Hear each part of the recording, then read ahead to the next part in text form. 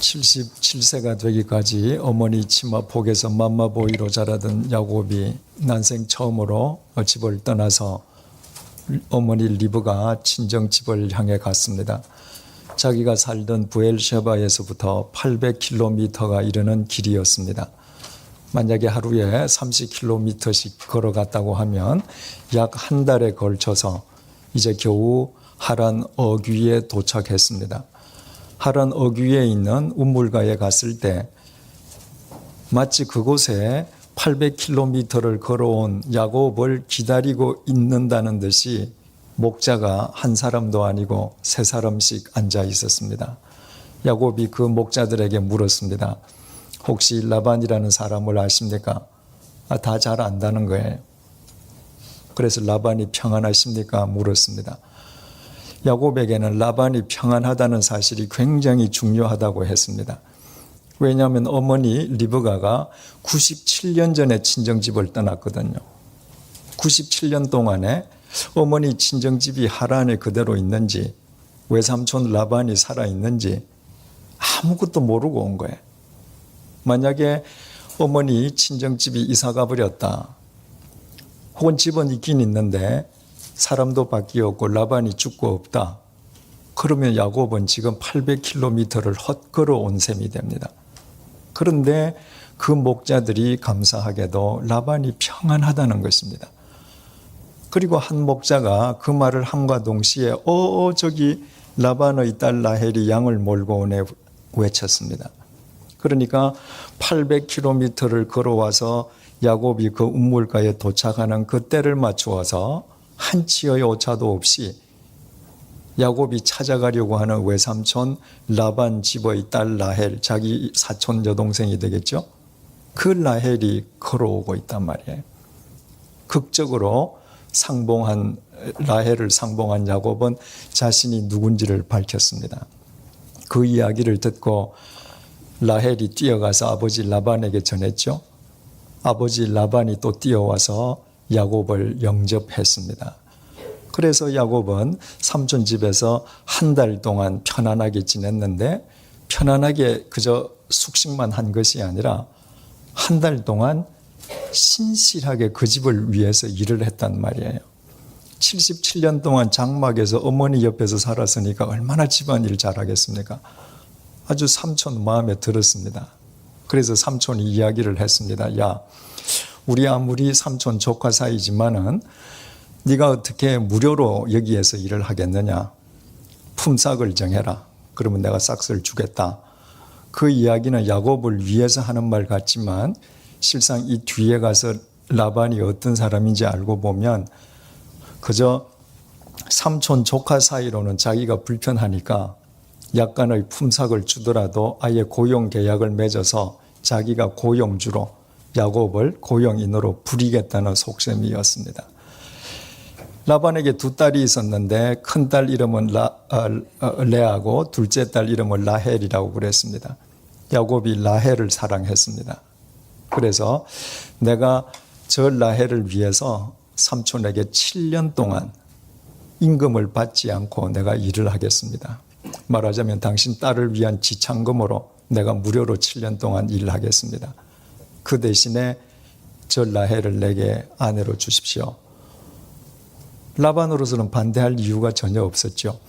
7년 동안 무임금으로 일한다고 하면 당시에 결혼하러 오는 남자가 가져오는 지참금보다 월등히 많은 금액이란 말이죠.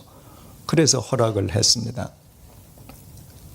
야곱이 라헬을 사랑했기 때문에 그 라헬을 위해서 7년 동안 노역을 하면서도 그 7년을 며칠로 여겼을 정도였다고 했습니다. 이처럼 야곱은 7년을 단 며칠로 생각할 정도로 감격하는 가운데에 그곳의 삶을 살았습니다. 어떻게 그것이 가능할 수 있었는가? 한치의 오차도 없는 하나님의 은혜 속에서 가능한 일이었습니다. 야곱이 집을 떠날 때는 자기가 그렇게 살 수 있으리라고는 상상도 못하고 불안과 초조 속에서 집을 떠났습니다. 그러나 한치의 오차도 없는 하나님의 은혜 속에서 그는 보금자리를 얻었을 뿐만 아니라 열심히 일한 뒤에 가정도 꾸릴 수 있도록 되었던 것입니다. 그 소망 속에서, 그 새로운 꿈 속에서 야곱은 7년을 그저 며칠인 것처럼 생각하면서 살았습니다. 야곱이 선하고 의로워서 아니었습니다. 형을 속이고 도망가는 비도덕적인 인간이었습니다. 그런데 왜 하나님께서 그렇게 하셨습니까? 네가 어디로 가든지 내가 너와 함께하며 네가 이 땅으로 다시 되돌아올 때까지 너를 떠나지 아니할 것이라. 하나님의 일방적인 은총으로 인함이었습니다. 거기에는 이유가 없었습니다. 그 하나님의 일방적인 사랑, 한치의 오차도 없는 섭리 속에서 야곱은 새롭게 삶을 살 수 있었던 것입니다. 그 하나님이 야곱만의 하나님이신가요? 그렇지 않습니다. 하나님을 경외하는 모든 자들에게 하나님은 그런 분이십니다. 우리에게는 길이 없어도, 우리 눈에는 보이지 않아도 하나님께서는 그처럼 거미줄처럼 당신의 섭리를 얽으시면서 치밀하게 역사하시는 분이신 것입니다. 그래서 다윗이 시편 16편 6절을 통해서 내게 줄로 재어준 구역은 아름다운 곳에 있으며 나의 기업이 실로 아름답도다, 이렇게 고백했습니다. 여기에서 줄로 재어준다라고 하는 말은 줄자를 의미합니다. 구역, 기업, 이 말은 땅을 의미하는 것이 아니라 하나님께서 자기에게 주신 매 순간순간의 상황을 의미합니다. 하나님께서 내게 어떤 삶의 상황을 주시든지 간에 그 삶의 상황은 하나님께서 나라는 인간을 위해서 자를 가지고 재시듯이 정확하게 가늠하셔서 한치의 오차도 없이 내게 주시는 은혜의 상황이다. 다윗은 그렇게 고백을 했습니다. 다윗이 그렇게 고백할 수밖에 없었던 이유가 참 많이 있죠. 여러분, 다윗이 어떻게 위대한 다윗으로 인류 역사 무대에, 성경의 무대에 등장합니까? 어느 날 갑자기 블레셋의 거인 장군 골리앗이 이스라엘을 침공했습니다. 키가 2m 70cm. 그 사람이 입고 있는 몸무게, 갑옷의 무게만 57.5kg. 제 살 빠졌을 때 무게하고 똑같습니다. 여러분, 골리앗이 이스라엘을 침공하지 않았으면 다윗은 없습니다. 그 거인 장군이 군대를 이끌고 이스라엘을 침공한다고 하는 것은 이스라엘로서는 고통입니다. 그러나 이스라엘 역사에서 그 고통이 없이는 다윗이 존재하지 않는 것입니다. 거인 골리앗이 이스라엘을 침공해왔을 때 이스라엘에서 골리앗을 이기는 장군이 한 명이라도 있었더라도 다윗은 존재하지 않습니다. 옛날 전쟁이라고 하는 것은 장군끼리 전쟁하는 거잖아요. 군대를 다 뒤에 세워놓고 대표 선수끼리 나가서 서로 싸운단 말이에요. 그래서 이기는 장군 쪽의 군대는 기세가 올라서 덤벼들고 지는 쪽 장군 군대는 그저 처음부터 기가 죽어서 도망갑니다. 그러니까 어느 장군이 나서느냐가 중요하거든요. 그 골리앗의 위세에 눌려서 이스라엘 장군 가운데에 누구도 가서 싸우려고 하지를 않았습니다. 그런데 그 전쟁에 참전하기 위해서 베들레헴에 있는 이세라고 하는 사람의 8아들 가운데의 3아들도 징병을 당해 나갔습니다. 만약에 그 전쟁터에 이세의 아들이 징병당하지 않았으면 다윗은 존재하지 않습니다. 이세가 어느 날 3아들이 지금 징병을 당해서 전쟁터에 가 있는데 얘들이 밥은 제대로 먹는지 걱정이 된단 말입니다. 세계 어느 나라 군대치고 아버지가 밥 보내는 군대가 어디 있습니까? 못 먹어도 다 군에서 먹여주죠. 만약에 그 아버지가 그 생각 안 했으면 다윗은 존재하지 않습니다. 아버지가 이 양식을 좀 보내야 되겠다. 그런데 그 보낸 양식의 양이 뭐냐? 붉은 곡식 한 에바. 에바는 12대입니다. 한 말 2대. 떡 10덩어리하고 치즈 10덩어리. 우리는 뭐 떡 10덩어리, 치즈 10덩어리 하면 뭐 요만한 덩어리 그게 아니라 유대인들은 치즈 덩어리 이만한 덩어리 잘라 먹거든요. 그러니까 10덩어리라면 이렇게 큰 덩어리 10개, 떡 덩어리 10개. 그 사람은 큰 빵도 그 소고기 갈비처럼 이렇게 달아놓고 잘라 먹잖아요. 그죠? 베들레헴부터 전쟁터 엘라 골짜기까지는 25km. 여러분 혼자서 그 먼 거리를 곡식 12대에 치즈, 떡 각 10덩어리를 메고 간다. 이 보통 일 아니죠. 아들이 8명이 있는데 세 아들이 군에 나갔으면 아들 몇 명 남았습니까? 5명 남았습니다. 상식적으로 생각하면 위에 큰 아들부터 보내야죠. 그런데 아버지 이새가 막내 아들 다윗을 불렀습니다. 만약에 그때 아버지가 막내 아들 이거 안쓰러워서 세 아들은 군에 나갔고 넷째 아들, 다섯째 아들 불러서 니네들 이거 메고 가라. 다윗은 존재하지 않습니다. 제일 약한 막내를 불러다가 너 이거 형들에게 갖다 줘라. 만약에 다윗이 아유 아버지 무슨 농담도 형님 시키시죠. 그러면 다윗은 존재하지 않습니다. 메고 가다가 귀찮아서 되돌아갔더라도 다윗은 존재하지 않습니다. 그 메고 갔습니다. 그런데 다윗이 메고 가서 형들에게 그 곡식을 전하던 날 그날 골리앗이 가만히 진정해서 잠잤으면 다윗은 존재하지 않습니다. 그날도 골리앗이 이스라엘 진영 앞에 가서 이스라엘 군대를 모욕할 뿐만 아니라 하나님을 모욕했습니다. 그러니까 온 가족 다 했겠죠. 그죠? 골리앗이 빨리 나와서 싸우자고. 그 이야기를 다윗이 들었습니다. 다윗이 그 말을 듣고 노를 품지 않았더라도 다윗은 존재하지 않습니다. 그 말을 듣고 다윗이 노를 품었습니다. 그래서 내가 나가서 싸우겠다고 자원을 했습니다. 사울 왕이 그 어떤 장군도 나가서 싸우지 않는다는데 자원자가 있다고 하니까 얼마나 기쁘겠습니까? 빨리 데려와라. 왔는데 애가 왔습니다. 사울 왕이 아무리 급해도 자기도 자식을 키우는 아버지인데 그 어린 소년을 전쟁터에 보낼 수 있겠습니까? 안 된다. 너 가면 안 된다. 너는 어린 소년이지만 저쪽은 산전수전 다 겪은 거인 장군이야. 너 집에 가라. 그때 다윗이 알겠습니다 하고 갔으면 다윗은 존재하지 않습니다. 다윗이 뭐라고 그럽니까? 왕이시여. 내가 들판에서 우리 아버지 양을 칠 때 사자와 곰이 와서 아버지 양을 움켜쥐려고 하면 제가 맨손으로 때려잡았습니다. 제가 사자와 곰도 잡았는데 하물며 할례받지 않은 블레셋 사람이야 두말할 거 있겠습니까? 왕이시여.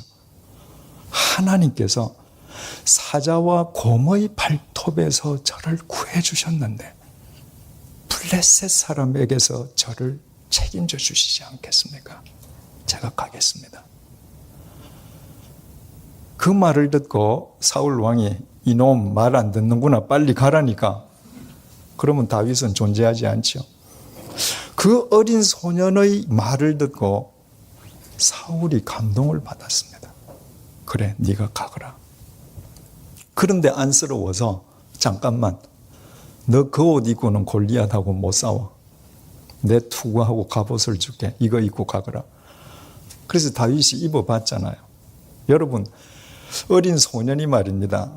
전 세계의 어떤 나라의 소년이든지 간에 다 어릴 때 전쟁놀이하고 크지 않습니까? 그리고 다 뭐 종인이 어머니 치마 가지고 장군 갑옷 흉내 내거든요. 다윗이 지금 태어나서 임금의 갑옷을 입었습니다. 얼마나 뿌듯하겠습니까? 만약에 다윗이 교만한 마음에 그 갑옷 입고 나갔으면 끝났습니다. 저 이거 안 입을랍니다. 제 몸에 맞는 제 옷 입겠습니다. 그리고 시내가에서 돌멩이 5개 주워서 제구 주머니에 넣어서 갔습니다. 골리앗하고 1대1로 맞붙지 않습니까? 그 골리앗을 향해서 물매에 5개 돌 중에서 딱 하나 먼저 꺼내어서 그 물매 끈을 돌려서 던졌는데 정확하게 이마에 꽂혀서 골리앗이 죽었습니다. 바로 위대한 다윗이 역사의 무대에 등장하는 장면입니다. 그런데 보십시오. 그 과정에서 하나라도 어긋났다면 위대한 다윗은 존재하지 않습니다. 다윗은 그가 위대해서 인류 역사 전면에 나타난 것이 아님을 본인이 아는 거예요. 하나님께서 한 치의 오차도 없이 역사하신 것입니다. 그때만 그러셨던 것이 아닙니다. 다윗의 일평생에 걸쳐서 하나님께서는 매 순간마다 어떤 상황 속에서든 그렇게 역사하셨습니다. 그래서 다윗이 내게 줄로 재어준 구역은 아름다운 곳에 있으며 나의 구역이 실로 아름답도다.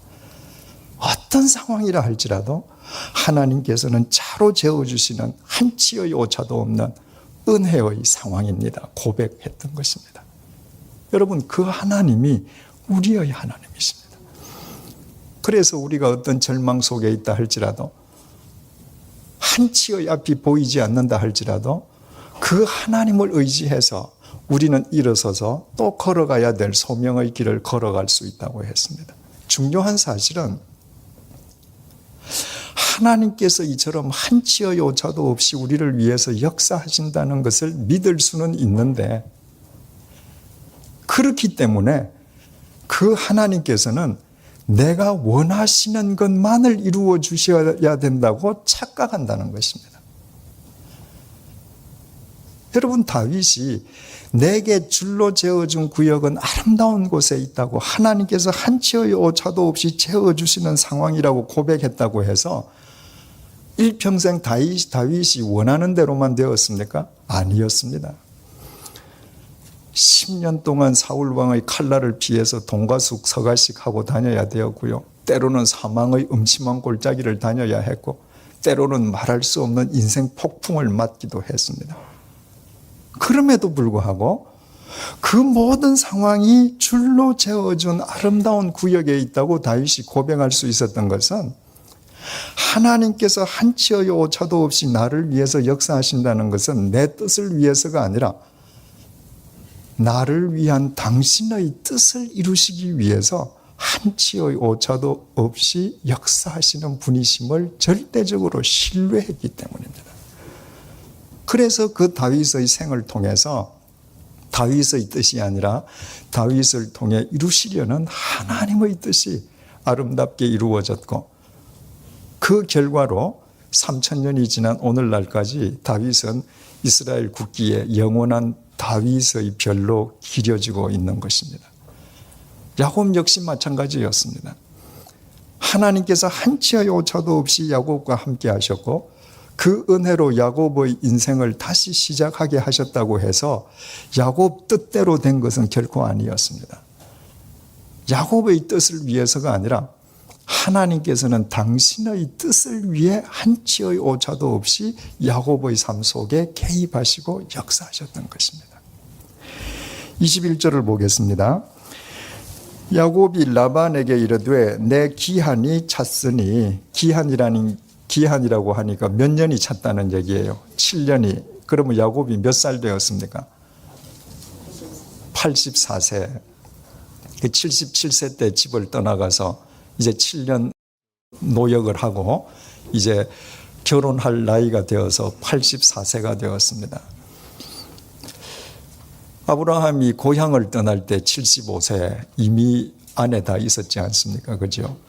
이삭은 40세에 결혼해서 60세에 자식을 낳지 않습니까? 그런데 이 야곱은 84세에 이제 처음 결혼하는 겁니다. 그러니까 야곱은 뭔가 이렇게 좀 더딘 사람입니다. 중요한 사실은요, 하나님은 그런 사람을 사랑하신다는 겁니다. 영악해서 자기가 모든 것을 할 수 있는 사람이 아니라 뭔가 더딘 사람, 뭔가 부족하고 모자라는 것 같은 사람. 그래서 결국 아브라함도 75세 하나님 부르심을 받을 때 자식 없었잖아요. 그죠? 이삭도 20년 동안 자식 없지 않았습니까? 야곱도 이렇게 더딘 사람입니다. 야곱이 라반에게 이르되 내 기한이 찼으니 그 다음에 잘 표현을 보세요. 아주 방자합니다. 내 아내를 내게 주소서 내가 그에게 들어가겠나이다. 그에게 들어가겠나이다는 이제 7년이 지났으니까 내가 부부로 같이 동거하겠습니다. 그 말이죠. 그런데 상식적으로 얘기를 하면 뭐라고 야곱이 말해야 되겠습니까? 삼촌, 이제 7년이 다 끝났으니까 삼촌 따님 라헬 저 주시죠. 이렇게 얘기해야 되잖아요. 아직은 결혼 안 했으니까 삼촌 딸이잖아요. 그런데 방자하게 내 아내를 내게 주소서. 이게 원문에는 명령어로 되어 있습니다. 내 아내 주라. 뭐 이런 말이에요. 야곱이 왜 이렇게 이야기하는가? 우리는 충분히 짐작할 수 있죠. 7년이 지났는데 삼촌이 입 닫고 있는 겁니다. 네. 그러니까 야곱이 언지를 줬겠지요. 삼촌 이거 날짜 이거 다 된다. 몇 번을 사인을 보내도 삼촌이 입 닫고 아는 척도 안 해요. 마침내 삼촌한테 7년이 지났으면 법적으로 내 아내다. 왜? 우리 고용 계약 그렇게 맺지 않았냐. 그러니까 당신 딸이 아니라 내 아내 주시오. 지금 이렇게 이야기하는 겁니다. 여러분, 라반하고 야곱하고 내가 라헬을 위해서 7년 동안 무임금으로 내가 노역을 하겠습니다 하고 고용 계약을 맺었는데 날짜 계산이 누가 정확하겠습니까? 라반은 날짜 계산 안 했을 겁니다. 야곱은요, 하루 지날 때마다. 그러니까 야곱은 정확하게 계산한 겁니다. 그런데 안 주니까 이제 삼촌에게 따진 것입니다. 그랬더니 22절 라반이 그곳 사람을 다 모아 잔치하고 동네 사람들을 다 모아서 잔치를 했습니다. 그러니까 그 당시에 경제력이 있는 집안들은 자기 위세를 과시하기 위해서 이제 잔치를 크게 벌렸습니다. 또 어떻게 보면 라반이 야곱을 위해서 큰 잔치를 벌린 것 같아요. 그런데 이 뒤에를 보면 라반이라고 하는 사람이 어떤 사람인가 나오잖아요. 그죠?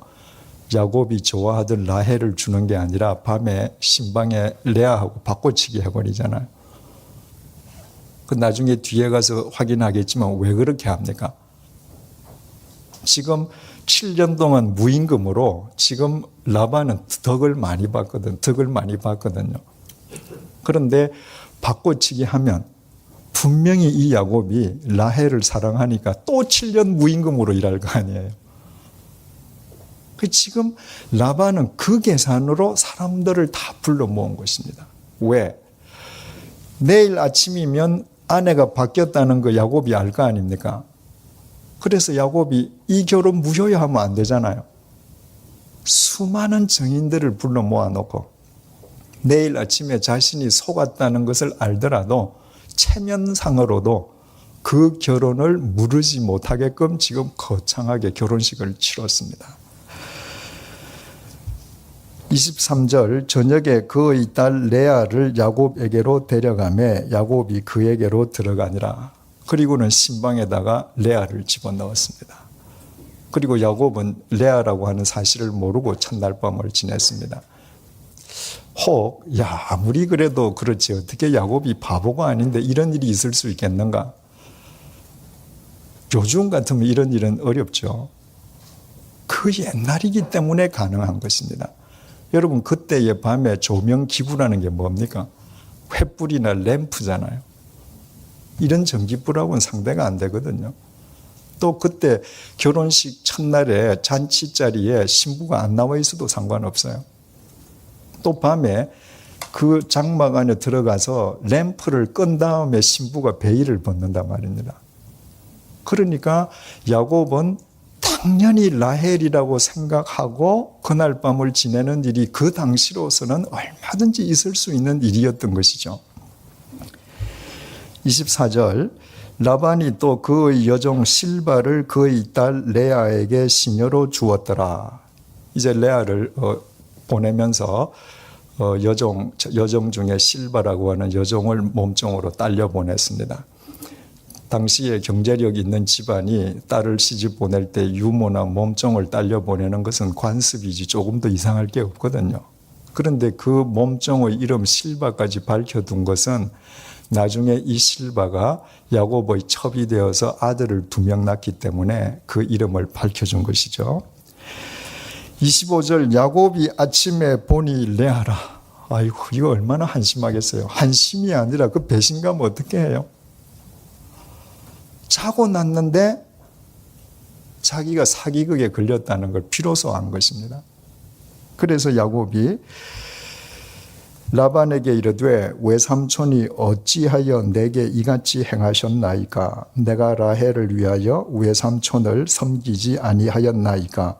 외삼촌이 나를 속이심은 어찌 됨이니이까? 어찌하여 행하셨나이까? 어찌 됨이니이까? 히브리 말로 마라고 하는 단어가 2번이 반복되어 있습니다. 마라고 하는 것은 왜? 무슨 이유로? 이런 말이에요. 삼촌 왜? 무슨 이유로 나를 이렇게 속였냐 그 말이에요. 뭐 당연하지 않겠습니까? 그랬더니 삼촌이 이렇게 말합니다. 26절 라반이 이르되 언니보다 아우를 먼저 주는 것은 우리 지방에서 하지 아니하는 바이다. 그건 우리 관습이 아니다. 이 사실일 수 있죠. 그래도 이러면 안 되잖아요. 그러면 처음부터 말을 해야죠. 그런데 말 안 하고 딱 입 다물고 있다가 지금 순진한 야곱을 속였단 말입니다. 그러면서 하는 말이 이를 위하여 7일을 채우라. 여기서 7일을 채우라. 이게 무슨 말인가? 당시에 사람들을 다 불러서 잔치를 벌리면 그 잔치가 7일 동안 계속되었다고 합니다. 그러니까 레아를 네 아내로 맞은 이 잔치를 7일 동안 다 완수해라 그 말이에요. 그러니까 사람들을 다 모아서 첫날 지나고 나면 그 잔치를 참 무르기가 체면상 어렵지만 그 잔치가 7일 동안 계속되는 잔치를 다 끝내고 나면 그 다음에는 어떤 길로도 물을 수가 없게 되는 겁니다. 그러니까 내 큰딸 레아하고 이 결혼 7일간 동안의 모든 이 과정을 다 끝내라. 우리가 그도 내게 주리니 주어가 뭡니까? 우리가. 그럼 네가 7일로 채워서 레아가 확실하게 네 처가 되는 것이 다 공표되고 나면 우리가 라헬도 너한테 줄게. 그러니까 자기가 아니라 꼭 그 지방 사람들이 다 합의해서 그렇게 한 것처럼 우리가 라헬도 줄게. 그 다음 말이 또 기가 막혀요. 내가 또 누구를? 나를 7년 동안 섬길지니라. 아까는 주어가 뭡니까? 우리가 그도 내게 주겠다 그랬죠. 우리가 라헬도 나한테 줄게. 그러면은 네가 우리를 7년 섬겨라. 그렇게 말해야 되잖아요. 근데 섬기는 건 나만 섬기면 돼요. 그러니까 우리라고 하는 건 순 말장난인 것이죠. 이 라반이라고 하는 사람이 이렇게 음흉한 사람이었습니다. 그러니까 야곱으로 하여금 자기 큰딸하고 먼저 결혼하게 해서 그 큰딸은 그 눈 동자가 희미해서 총기가 없어 보인다고 했잖아요. 그 딸 먼저 해결하고 그 다음에 야곱이 둘째 딸 좋아하니까 또 7년 동안 무임금 노동하게 하고 꼭 먹고 알 먹겠다. 지금 그 말이거든요. 28절 야곱이 그대로 하여 그 7일을 채우매 이 야곱 표정 한번 생각해 보십시오. 사랑하지도 않는 여자 결혼식을 7일 동안 채울 때 떫은 감먹은 듯이 그 예식장에 앉아 있는 겁니다. 그 7일이 다 지났습니다. 라반이 딸 라헬도 그에게 아내로 주고 그 7일이 지나서 이제 레아가 야곱하고 결혼했음을 절대로 물을 수 없게 되었을 때 자 이제 됐다. 라헬도 데리고 가라. 그리고 라반이 또 그의 여종 빌하를 그의 딸 라헬에게 주어 시녀가 되게 했다. 빌하를 그의 몸종으로 주었다고 이름이 나와 있는 것은 이 빌하 역시도 야곱의 첩이 되어서 아들 둘을 낳았기 때문에 이름이 있습니다. 자 보십시오. 만약에 라반이 진짜로 야곱과 자기 딸 레아 그들을 위해서 선한 마음으로 일주일 동안 결혼식을 치러줬다면 이번에도 또 치러줘야 되죠. 라헬을 위해서도 또 일주일 해줘야 되잖아요. 안 했습니다. 하루도 안 했습니다. 왜?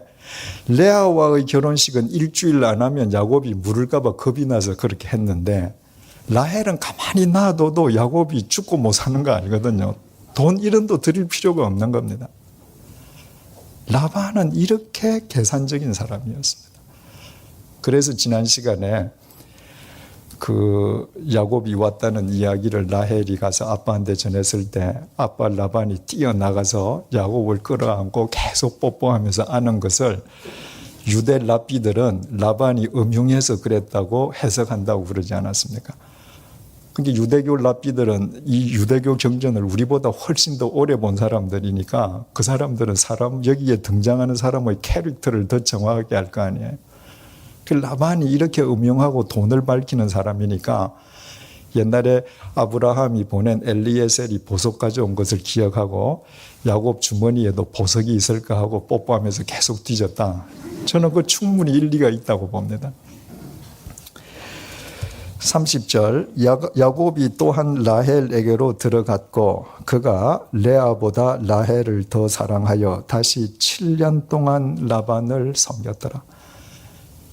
차이가 있다면 레아는 7년을 노역을 한 다음에 아내로 얻었는데 라헬은 먼저 아내로 얻고 7년 동안 지금 무임금으로 노동을 다시 합니다. 그 7년 동안 울며 겨자 먹기로 야곱은 뜻하지 않게 또 무임금 노동을 해야 되는 것입니다. 누가 그와 함께 하시는데? 하나님이 그와 함께 하시는데. 어떤 하나님이신데? 야곱을 위해서 한치의 오차도 없이 역사하시는 하나님이신데 야곱은 이렇게 사기극에 걸렸습니다. 그리고 원치 않는 가운데에 또다시 7년을 무임금 노동해야 합니다. 왜 하나님께서 그렇게 하게 하셔요? 우리가 그 하나님의 깊은 속뜻을 어떻게 다 알겠습니까? 그러나 두 가지는 분명히 알 수 있습니다. 첫째는 바로 하나님께서는 뿌린 대로 거두게 하신다는 거예요. 야곱이 자기 형을 그렇게 속여 먹였거든요. 야곱이 자기 아버지 그렇게 속였거든요. 그래서 하나님께서는 삼촌으로부터 이렇게 사기를 당하는 어려움을 겪게 하심으로 나중에 창세기 32장 야복강에서 야곱이 기도하면서 이스라엘로 바뀌잖아요. 그때 지나간 과거를 다 회상하면서 자기의 잘못된 삶을 하나님 앞에 회개하지 않을 수 없게 되는 것이죠. 뿌린 대로 거두게 하시는 것입니다. 두 번째로는 바로 라반의 이와 같이 음흉한 마음, 불순한 마음을 하나님께서는 당신의 도구로 삼으셔서 야곱으로 하여금 12지파를 이루시게 하시려는 당신의 섭리를 이루어 가시는 것입니다. 바로 라반이 있기 때문에 하나님의 그 섭리가 성취되는 것이죠. 여러분, 이 세상은 불의합니다. 불의한 세상 속이라고 해서 하나님께서 역사하시지 않는 것 아닙니다. 불의한 사람을 통해서도 하나님께서는 당신의 신비스러운 섭리를 우리 한 사람 한 사람을 위해서 이루어 가고 계시는 것입니다.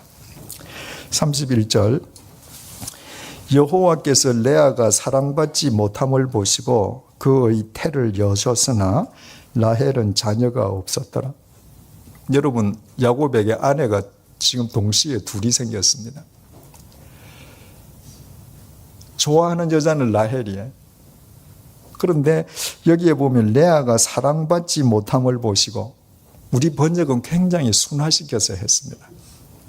히브리 말로 사내라고 하는 것은 사랑받지 못했다는 말이 아니라 미움을 받았다 혹은 가증히 여김을 받았다는 거예요. 여러분, 야곱이 볼 때 그 여자가 얼마나 가증스럽겠습니까? 자기 아버지가 너 라헬 대신에 들어가라 그런다고 태연하게 옷 입고 와서 들어왔잖아요. 생각할수록 가증스러울 거 아닙니까? 그래서 같이 부부가 되어서 살아가는데도 레아를 남편이 가증스럽게 여기는 것을 보시고 하나님께서 그를 불쌍히 여기시사 태를 열어주셨습니다. 그런데 라헬에게는 태를 열어주시는 은총을 베풀어 주시지 않았습니다. 우리가 두 가지를 생각할 수 있죠. 하나님께서는 세상 사람들 모두가 사랑하는 사람들에게 관심이 있으시기보다는 세상 사람들로부터 관심을 받지 못하는 사람에게 더 큰 관심을 베푸신다는 거예요. 여러분, 사랑스러울 만한 사람 사랑하는 거, 그건 사랑 아니죠. 그건 누구나 하는 것입니다.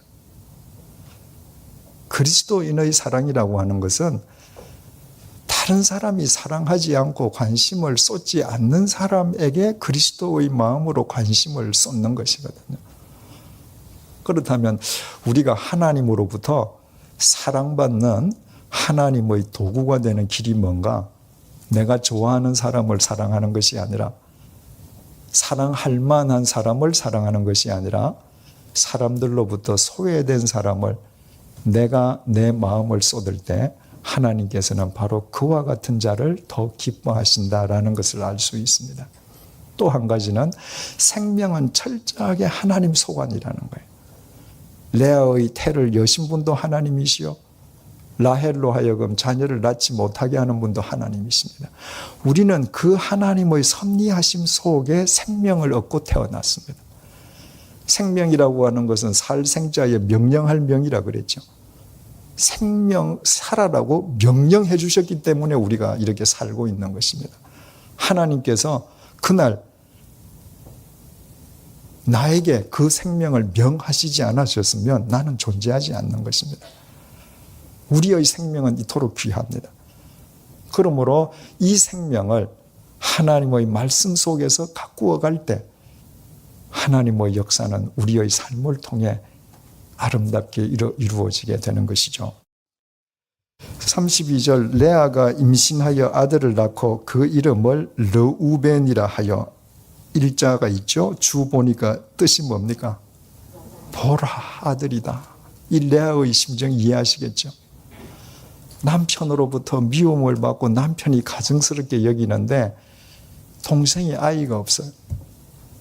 그래서 남편과 하루 저녁을 지났는데 잉태가 되더니 낳았는데 아들입니다. 얼마나 기쁜지 동네 사람들아 보시오, 아들이요. 지금 이런 심정입니다. 그리고 말하기를 여호와께서 나의 괴로움을 돌보셨으니 이제는 내 남편이 나를 사랑하리로다 하였더라. 대개 결혼해서 부부지간이 소원하다가도 아이가 생기면 가까워지잖아요. 아, 이제 이 아이가 태어났으니까 남편이 나를 사랑해 주겠지.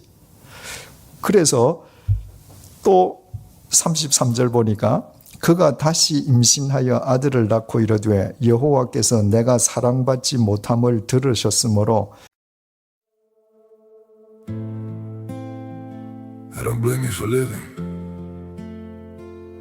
with this wish.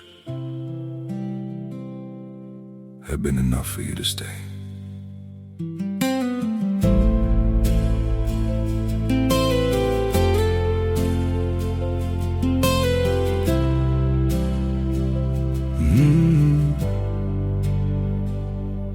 I saw it coming in the way you changed, in the silence between your words. Every I'm fine felt heavier than truth, like something breaking unheard. I tried to fix what I didn't understand, held on tighter as you slipped away. But love can't grow where it's already gone. I don't blame you for living with this wish. Have been enough for you to stay.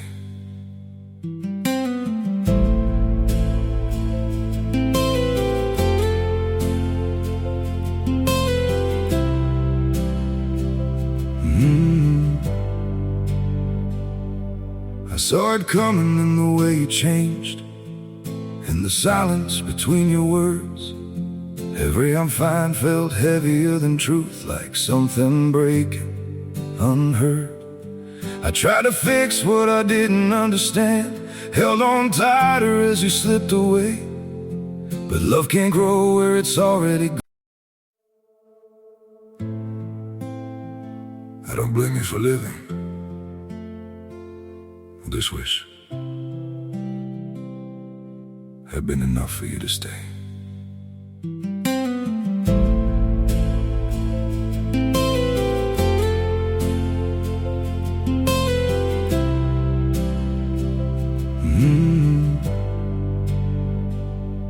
I saw it coming in the way you changed, in the silence between your words. Every I'm fine felt heavier than truth, like something breaking unheard. I tried to fix what I didn't understand, held on tighter as you slipped away. But love can't grow where it's already gone.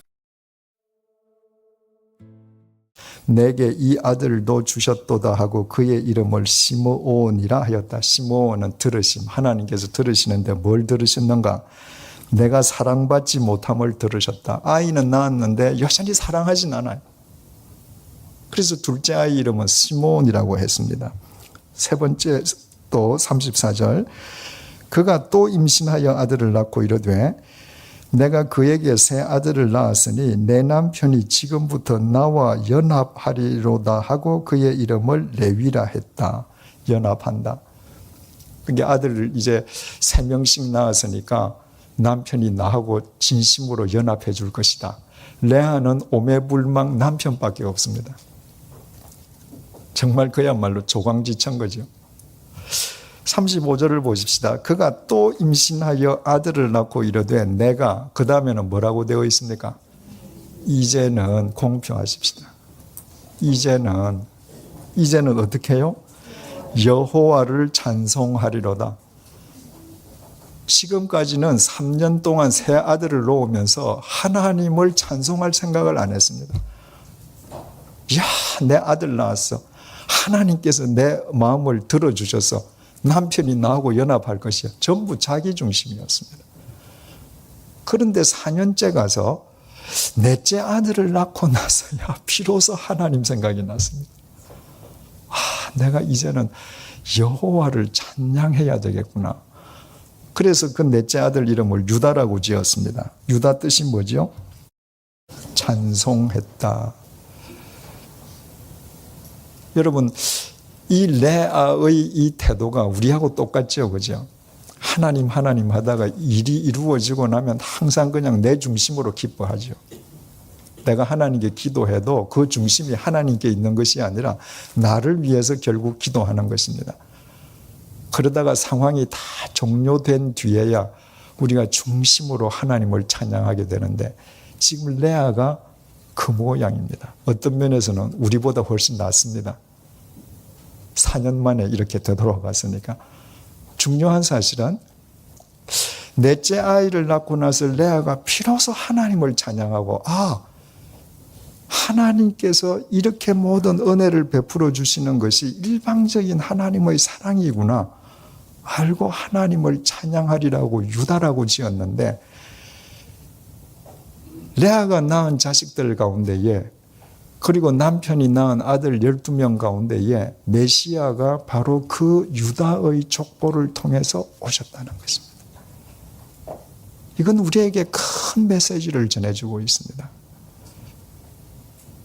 그렇게 많은 아들이 있는데 내가 하나님을 진심으로 이 모든 것이 하나님께서 이루시는 일이라고 믿고 하나님을 찬양하고 하나님께 영광을 돌릴 때 하나님께서는 그 자식을 통해서 메시아를 이 땅에 오게 하시는 당신의 역사를 이루시더라는 것은 하나님께서는 어떤 상황 속에서든 하나님을 찬양하는 자를 통해서 당신의 뜻을 이루어 가신다 그 말이에요. 내가 어떤 상황을 당하든 내가 하나님을 찬양한다고 하는 것은 바꾸어 말하면 무슨 의미가 됩니까?